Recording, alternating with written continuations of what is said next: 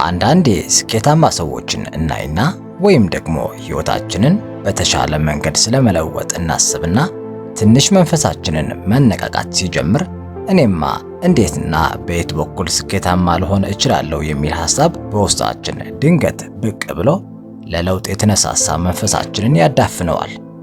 ለዚህ ደግሞ አንዳንዴ ትምህርት፣ ሌላ ጊዜ አስተዳደግ ወይም ደግሞ የምናውቅና የማናውቃቸውን ሰዎች እንደ ምክንያት አድርገን እናቀርባለን። እውነቱ ግን ማናችንንም በህይወታችን ውስጥ ስኬታማ መሆን እንችላለን። ቁልፍ ያለው የምንፈልገውን ነገር ለይቶ ማወቅ፣ ከዛ ደግሞ የምንፈልገውን ለማግኘት የሚያስፈልገውን ማድረግ ነው። ስኬት ለጥቂቶች ብቻ ተመርጦ የታደለ ነገር አይደለም። ስኬታማ ሰዎች የማይሳሳቱ፣ ሁሌም የሚያደርጉትን ነገር የሚያውቁ፣ ፍጹም አድርጎ የመመልከት ሁኔታም አለ። የዚህ አይነት አመለካከት ለስኬታማነት የሚያስፈልገውን መስፈርት ከሚገባው በላይ ሰቅለን ራሳችንን ለስኬት የማንመጥን አድርገን ማየትን ያስከትላል። እውነቱ ግን ስኬታማ ሰዎች እንደማናችንንም ሰዎች ይሳሳታሉ። ትልቁ ልዩነት ያለው ስኬታማ ሰዎች ከስህተታቸው ተምረው ወደፊት ይራምዳሉ እንጂ የቀደመ ስህተታቸውን አለመደገማቸው ነው። ሌሎቻችንስ ወይ ከስህተታችን አንማርም፣ ስለዚህም ተመሳሳይ ስህተቶችን እየደገምን ወደፊት መሄዳችን ቀርቶ ባለንበት እንረግጣለን። አሊያም ደግሞ ገና የመጀመሪያ ስህተታችን ስንሰራ ድሮም የማይሆን ነገር ጀምሬ ብለን እጅ እንሰጣለን።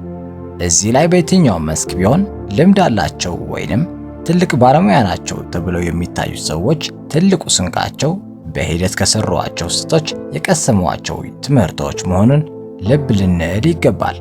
እንደው በተለምዶ የማይሳሳተው ሰው የማይሰራ ብቻ ነው ይባላል። ስኬታማ ለመሆን ዋናው ታታሪነት ነው የሚል የተሳሳተ ግንዛቤም አለ። በህይወት ውስጥ ለውጥ የሚመጣው እንዲያው የሆነ ነገር ላይ ዝም ብሎ በመድከም ብቻ ሳይሆን ትክክለኛውን መንገድ ለይቶ አውቆ ያን በመተግበር ነው። ወደ ህልማችን የማያስጠጋን ነገር 24 ሰዓት በታታሪነት ብንሰራ ጠብ የሚል ነገር የለም። ለዚያው ነው በተወሰነ ጊዜ ቆም ብለን የማረገው ነገር ወደምፈልገው ወደ ህልሜ እያስጠጋኝ ነው ብለን ግምገማ ማድረግ ያለብን። ታታሪነት ጥሩ ነው፣ ግን ድካማችን በብልህነትና በእውቀት የታገዘ ሊሆን ይገባል። በብዙዎች ዘንድ ስኬታማ ለመሆን ከዩኒቨርሲቲ መመረቅ ያስፈልጋል የሚል አስተሳሰብም አለ። እንደዛ ግን አይደለም። ስኬታማ ለመሆን እውቀት፣ ጥበብና ብልሃት ቢያስፈልግም እነዚህን ነገሮች መቅሰሚያ አማራጩ የግድ በዩኒቨርሲቲዎች ውስጥ ዓመታትን ማሳለፍ አይደለም። እንደውም አንዳንዴ በዩኒቨርሲቲ ውስጥ የሚያልፈውን ጊዜ እንደባከነ ሊቆጠርም ይችላል። ሕይወታችንን ለመለወጥ የሚያስፈልገንን ዕውቀትና ልምድ የሕይወት ተሞክሮም ጨምሮ በተለያዩ መንገዶች ማግኘት ይቻላል። ስንቱ ባለ ዲግሪ ሥራ በመፈለግ ሲባዝን እንደሚውል ወይም ደግሞ የሆነ መስሪያ ቤት ተቀጥሮ ደሞዝና የደሞዝ ጭማሪ ሲጠብቅ ጊዜው እንደሚያልፍ ሁላችንም የምናውቀው ነገር ነው። ዲግሪ ሆነ ዲፕሎማ ስለሌለን ስኬትን ለነዚህን ነገሮችን ትተን ልንቀመጥ አይገባም። ስኬታማ ለመሆን በጣም እድለኛ መሆን ያስፈልጋል ብለው የሚያስቡ ሰዎችም አሉ።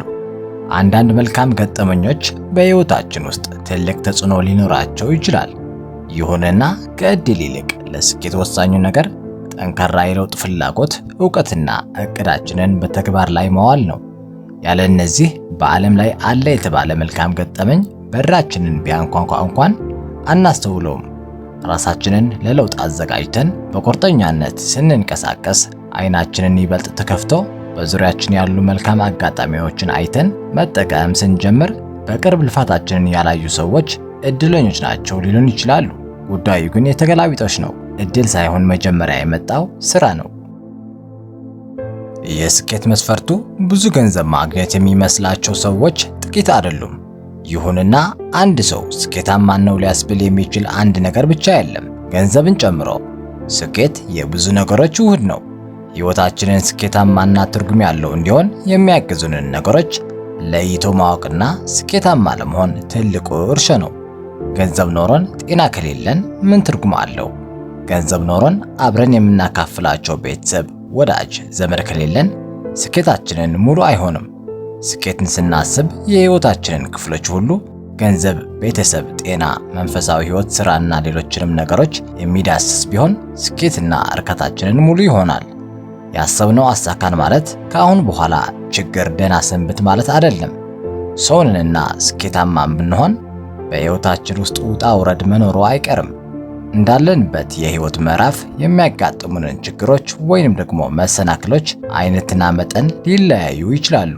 ይሁንና ችግር ፈጽሞ አይጠፋም። ስኬታችንን እያጣጣምን የሚመጣውን ችግር እንዳመጣጡ እየፈቱ መጓዝ ነው ከኛ የሚጠበቀው። ስለ ስኬት የተዛባ አመለካከት ደግሞ ይሄኛው ነው።